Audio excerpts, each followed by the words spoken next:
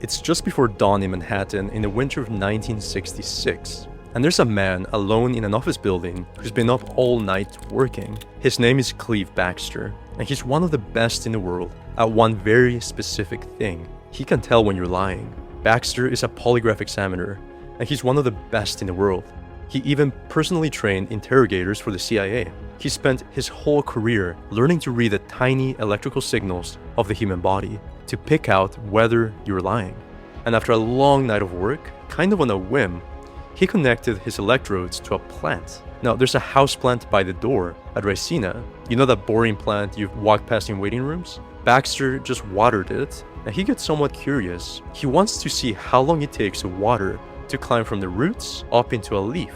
So he connects the electrodes he would usually put on a crime suspect, clips them to a leaf, turns on the machine, and watches the ink start dashing across the paper. And here's the thing. The pen does something he's seen 10,000 times before. It draws the same shape a person makes. A little jagged drawing of somebody feeling something. The same as a person would when they're happy or excited. So Baxter has a thought. He wonders what would happen if I burned a leaf.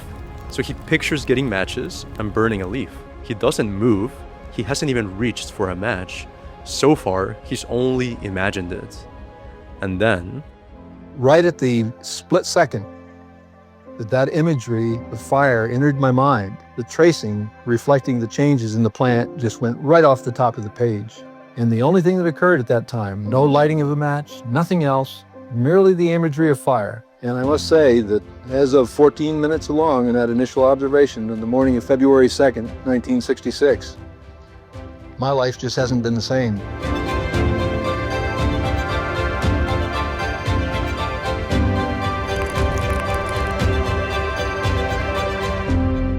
after the first experiment, Baxter wanted to run out into the street yelling, "Plants can think." He never let it go after that. And for the next 40 years, his experiments just got stranger as he went. In one case, he ran one experiment that plays out like a murder mystery. There are 2 plants and 6 of his students. One student drew a slip of paper in secret, telling them to go in and totally destroy one of the plants. Nobody else knew who did it. The surviving plant was the only witness. Then Baxter connected that plant to the lie detector and had the students walk in front of it one at a time. Now, the first 5 students came in and nothing happened. Then the killer came up and the needle, he said, went wild, like the plant could recognize the culprit. He had a name for all of this. He called it primary perception. The idea that awareness doesn't start with brains or even with animals, that maybe it runs all the way down into a leaf, into the cell, and every living thing is tuned to the life around it. One caveat though is that Baxter's findings have never been reliably replicated. The most careful attempt, a Cornell team writing in Science in 1975, couldn't reproduce them. Now, we'll come back to the disagreements in the field and what they mean. Around the same time as Baxter, he wasn't entirely alone in what he was seeing. An interesting Soviet experiment claimed that a connected cabbage showed a clear electrical spike when another cabbage in front of it was cut into pieces. And in a related anecdote, they reported an experiment very similar to Baxter's, in which they had 2 living cabbage plants. One subject destroyed one of the plants while the other watched. When the killer came back hours later, the plant that witnessed the event showed increased electrical activity. The thing is, these experiments and the field in general kind of vanished. Mainstream science backed away from the whole topic so hard that for decades, studying whether plants could sense or signal anything was basically a sure way to be called a pseudoscientist. But there's a whole story here worth telling. While the Wu version was being laughed out of the room, other careful scientists started finding things in their labs that are honestly even stranger than what Baxter claimed. They just found them the hard way, with controls and microscopes and proof you can repeat. So that's where we'll go, out of the dark office and into the lab. And I think that by the end, the conclusions Baxter proposed will feel a lot less crazy than they did back then.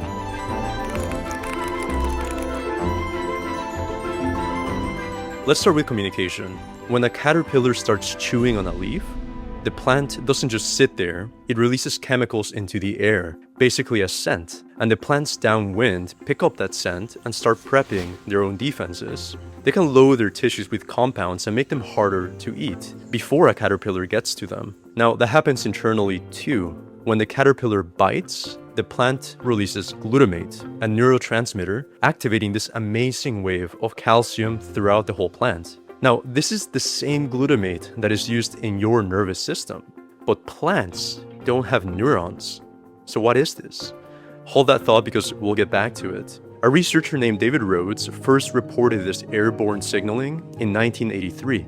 He was criticized for it and even shouted down at conferences, partly because it sounded too much like magical plant communication. But with time, it got tested and confirmed again, in more than 30 species. And in 2023, a team in Japan actually filmed the receiving end. A healthy plant catches the smell of its damaged neighbor and lights up from the inside with a cascade of signals in seconds. Now, the damaged plant probably isn't being generous. The best evidence says it's really signaling to itself, sending an alarm from one leaf to the rest of its own body, and the neighbors are just picking up on a private broadcast.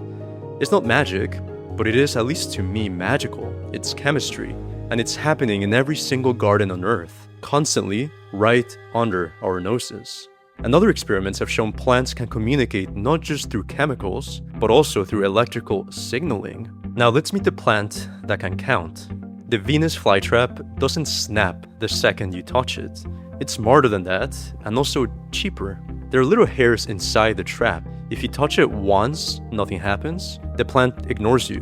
But touch it a second time within about 20 seconds, and then it slams shut. And it also doesn't start digesting right away, because digestion is very expensive, and it needs to be sure it got something alive. So it keeps counting. As the little insect struggles and keeps activating the hairs, the plant keeps up the count. And around 5 stimulations to the hair, it commits, switching on the enzymes that will digest dinner. It's keeping a tally, a real number, used to make a real decision by a thing with no brain to count with. And what else can you do once you know how to count? Gamble.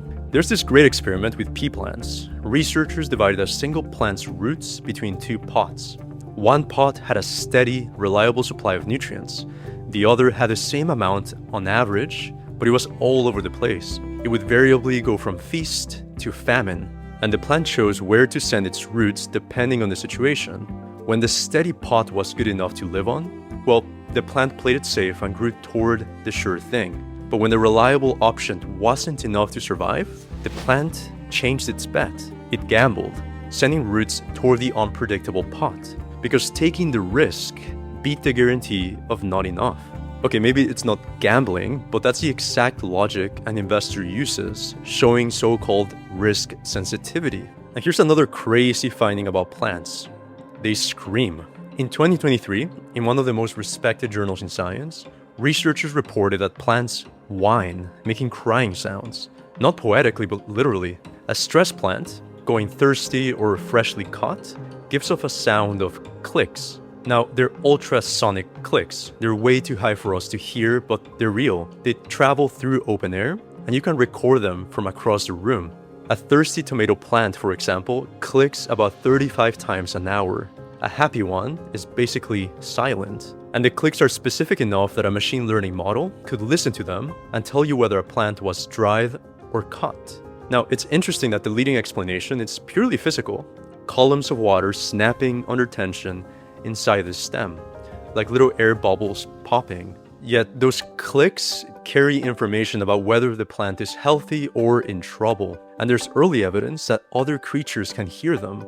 A moth deciding where to lay her eggs is actually listening, picking the healthy plant over the stressed, clicking one. So a forest you walk through in total silence might, to the right ears, be loud. Everything I just told you is pretty solid ground. Now I want to walk you out toward the edge, where it gets a little contested. Now let's ask, can a plant learn? Can it remember? There's a scientist named Monica Gagliano who decided to find out, and she did so by treating plants as you would lab animals. She took the mimosa, the famous sensitive plant that folds its leaves the second you touch it, and she built a little rig that dropped the potted plant a short distance onto a cushion. It was a little jolt, but a harmless one. And she dropped it again and again. At first, the mimosa folded up every single time, but after enough drops, something changed. The plant just stopped bothering. It seemed to figure out that this particular drop was no big deal, and it quit wasting energy. Now, that alone could be explained through exhaustion, except two things. When she hit the plants with a different, unfamiliar disturbance, they folded back up, so they weren't just tired out.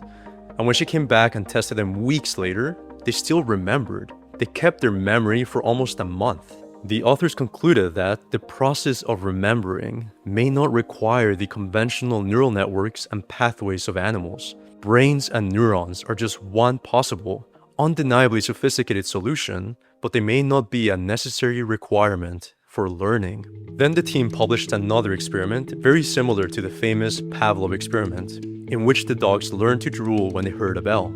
They tried to train pea plants with a little fan and a light, teaching them that the breeze predicted which direction the light was coming from. And they reported that the plants learned it, growing toward the breeze in anticipation of light that hadn't even shown up yet. This is a frontier, and I'm going to be honest with you, the memory results have held up better than the learning by association ones, because when another lab tried to repeat the pea and fan experiment, they couldn't get it to work. And the thing is, the two camps have been going back and forth in the journals ever since. So it's not settled. What you're looking at is a live scientific argument happening right now over whether the thing Baxter sensed in 1966 is real in some form we can finally measure.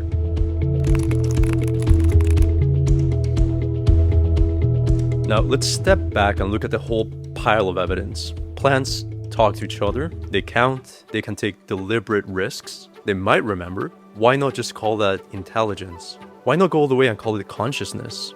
Well, because those are two different words, and treating them like they're the same word is a trap that this whole subject is full of. Almost nobody argues that plants don't sense and signal and respond in flexible, clever-looking ways. The disagreements start the moment you reach for a bigger word.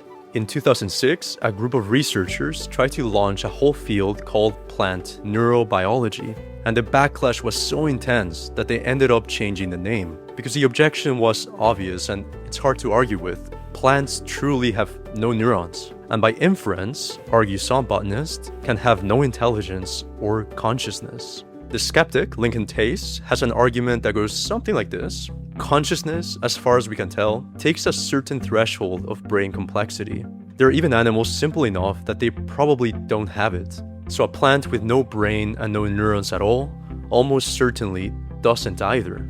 And he points at a real danger here, which is that when we really want a plant to have feelings, we start seeing feelings that maybe aren't there, and we stop doing good science. His reasoning here is that anthropomorphizing plants undermines the objectivity of the researcher, and he's not wrong to worry about it. The thing is, it really depends on how you define intelligence and consciousness. And because of the slippery definitions, some scientists argue that due to the subjectivity, the field of plant intelligence shouldn't even be considered a scientific study. As scientists, we must only deal with that which is testable and falsifiable, and intelligence with a subjective definition is neither, writes geneticist Daniel Chamovitz. On the other side is Stefano Mancuso, who argues for intelligence without a brain. He looks at a root system, thousands of growing tips, each one sensing moisture and gravity and chemistry and obstacles. All of it is coordinated, and he sees a network solving problems. It may be a different hardware than ours, but it might be the same trick.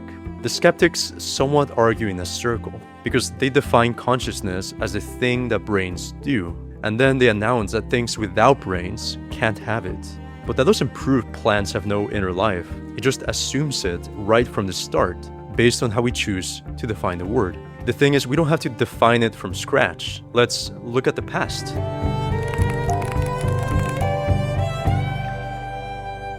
Let's go back 2,500 years ago to Aristotle. He didn't think plants were conscious, but he also refused to treat them as furniture. He gave them what he called the threptike psyche, which has later been translated as vegetative soul. It's not a mind, it's not feelings, but an inner principle, a kind of drive, a reaching toward their own growth and survival. And then somewhere along the line, we lost that middle category. We split the world into machines and then minds, with nothing allowed in between. And I think plants got dumped into the machine side of that line. And in classical Chinese thought, there's a concept called 自然, which usually flattens into English as nature, but it really means something closer to self, so. The way a thing unfolds straight out of its own being, on its own, without being forced and without someone pulling the strings, like a root finding water or a leaf reaching for light. What I like about this frame is that you don't need to prove that there's a little conscious actor hiding inside the plant before you can say that the plant is really acting. The action is its own. The agency is right there in the unfolding. Now, I'm not telling you that the ancient philosophers proved plants are conscious. They weren't doing biology. I'm telling you something I think is more useful. Our gut sense that you need a brain before you're allowed to have an inner life is something we inherited, not something we ever actually confirmed. It can be questioned. And even with the little data we have, I think we already have some answers. I'm not asking you to believe that your basil has a soul or become a tree hugger, just to hold the possibility of other kinds of minds with a little humility instead of contempt. To go from obviously not to, I don't know, maybe. I'll leave you back where we started, in that dark office in 1966, with Baxter watching a needle do something unexpected. Baxter spent the rest of his life convinced that plants have a secret inner life. And the careful science that came after him would complicate it a little bit, but he got one thing exactly right. And it's the only thing that really matters here. He was right to be astonished. He looked at a houseplant nobody noticed and was curious enough to ask whether anyone was home. And the honest answer after everything is that we still don't know. Maybe plants have no minds at all, or maybe they've got some kind we'll never understand. But it's interesting to think about it in this way. The line we drew around the word mind was drawn by the only minds in the room. And the plants are a pretty good reason to wonder if we drew that line way too small. If you got something out of this, a like helps way more than you think. It's the main way these videos find new people. And if you have a thought, a pushback, a story about your own plants, leave it in the comments. And let me know if you'd like to hear more about the topic. There's so much more interesting research I couldn't cover in a single video. So subscribe so you don't miss the next video. I'll see you next time. As a biologist and health journalist, I've spent a lot of time thinking about life, how the body works, what keeps us going, how fragile and incredible the whole thing is. And the more I learned about life, the more I wondered, what happens when it ends? I'm Akai and I host a new documentary called Final Hours. This film is all about answering that question. I went looking for answers the way I was trained to, science first, then philosophy. Both gave me a lot, but neither gave me everything. So, I wanted to make a film that doesn't choose. Final Hours is both science and philosophy. It's data and storytelling. It's contemplation and beauty. At the center of it are people who, by every definition, were dead. But then they came back. Something called a near-death experience. Something that is unexplainable, but as I found out, holds answers to our deepest questions. So, I sat with them and I listened. I didn't shy away from the uncomfortable questions, and they didn't shy away from the answers. And after long travels and even longer conversations, I'm honestly not the same person I was when I started filming. Why? Well, the things these people shared with me have made me think more carefully about how I spend my time and how I treat other people. The implications of what these people experienced on the other side are profound, and they're profound for all of us, including you. It doesn't matter what background you have, where you live, or what you believe. I promise you, you will find something in this film that speaks to you. And I really hope you'll watch with curiosity, holding in your mind the questions humans have been asking forever. What is this life actually for? And what waits on the other side? Don't be afraid to ask the big questions. Watch Final Hours. The full documentary is linked below. We collided at very high speeds. What happens after death? There was really no way that you could muster a dream or hallucination out of that brain. As the surgical team kind of gets ready to operate on me, that energy in the room shifted. The next thing I knew, I had left my body. I looked up behind the surgeons, and there were these huge light beams. It's a place that was very kind of primitive, coarse. It was like being underground in dirty jello. I cried out, "God help me." In the flash of just a second. It was a world of perfection. I was shuttled into this life review. I saw this vision of what I was meant to do. It says, "I know that you died full of this regret. I'm here to offer you that second chance. But if I give you this offer, you have to make sure that the next time you die, you're ready for it." I heard my dad say to me, "Now that you know the truth, go back and live your life fearlessly."